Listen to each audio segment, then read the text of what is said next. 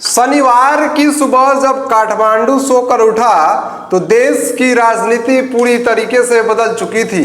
नेपाल के 4 बार के प्रधानमंत्री रहे केपी शर्मा ओली और पूर्व गृह मंत्री रमेश लेखक को पुलिस ने गिरफ्तार कर लिया है। चौंकाने वाली बात यह है कि ये गिरफ्तारी उस बालेन शाह के आदेश पर हुई है जिन्होंने महज 24 घंटे पहले देश के सबसे कम उम्र के प्रधानमंत्री के तौर पर शपथ ली है। क्या ये नेपाल के भ्रष्टाचार के खिलाफ एक नई क्रांति है या फिर राजनीतिक बदले की कार्रवाई? 77 लोगों की मौत, जलता हुआ सिंह दरबार और एक जेन चीफ प्रदर्शन। आखिर क्या है इस गिरफ्तारी के पीछे की पूरी कहानी, इस वीडियो में जानने की कोशिश करेंगे। उससे पहले मेरा नाम साहिब गुप्ता है और आप लाइव एक्सपोज देख रहे हैं। शनिवार की सुबह करीब 5 बजे जब पूरा शहर जो है वो शांत था, पुलिस की 2 अलग अलग टीमें निकली। पहली टीम पहुंची भक्तपुर के गुंडू, जहां केपी जो ओली है उनके घर पे, वो घर में थे। दूसरी टीम जो है वो सूर्य विनायक पहुंची, जहां रमेश लेखक को हिरासत में लिया गया।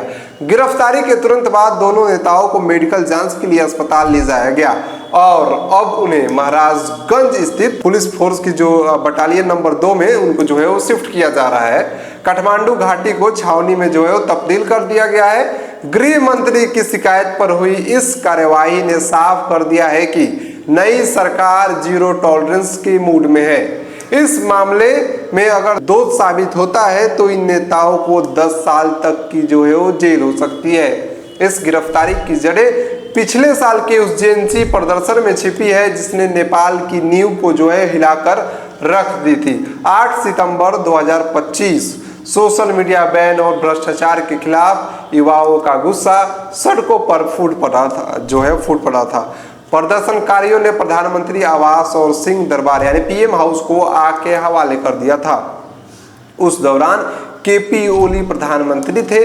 पुलिस ने भीड़ को रोकने के लिए फायरिंग की जिसमें 77 लोगों की जान चली गई और अरबों की संपत्ति जो है वो खाक हो गई। गुस्सा इतना था कि युवाओं ने कई मंत्रियों को सड़क पर पीटा। इसी दबाव में आकर 9 सितंबर को ओली को जो है इस्तीफा देना पड़ा था। आज वही आग दोबारा सुलग रही है, लेकिन इस बार हाथ में कानून की किताब है। इस गिरफ्तारी का आधार बनी है पूर्व जज गौरी बहादुर कार्की की जांच रिपोर्ट। इस रिपोर्ट में जो खुलासे हुए हैं वो रोंगटे खड़े कर देने वाले हैं। रिपोर्ट के मुताबिक अधिकारियों को पहले से खुफिया जानकारी थी, फिर भी कोई कदम नहीं उठाया गया। करीब 4 घंटे तक लगातार गोलीबारी होती रही, लेकिन सरकार की ओर से इसे रोकने का कोई आदेश नहीं आया।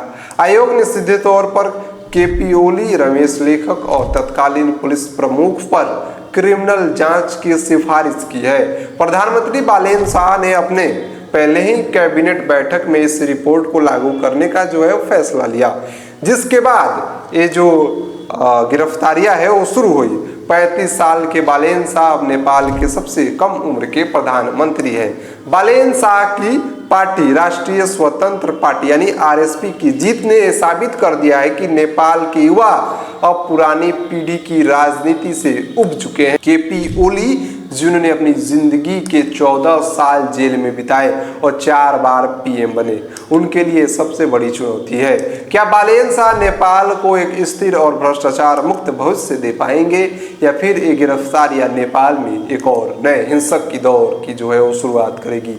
आपकी क्या राय है? कमेंट बॉक्स में बताइएगा जरूर। बहुत बहुत धन्यवाद।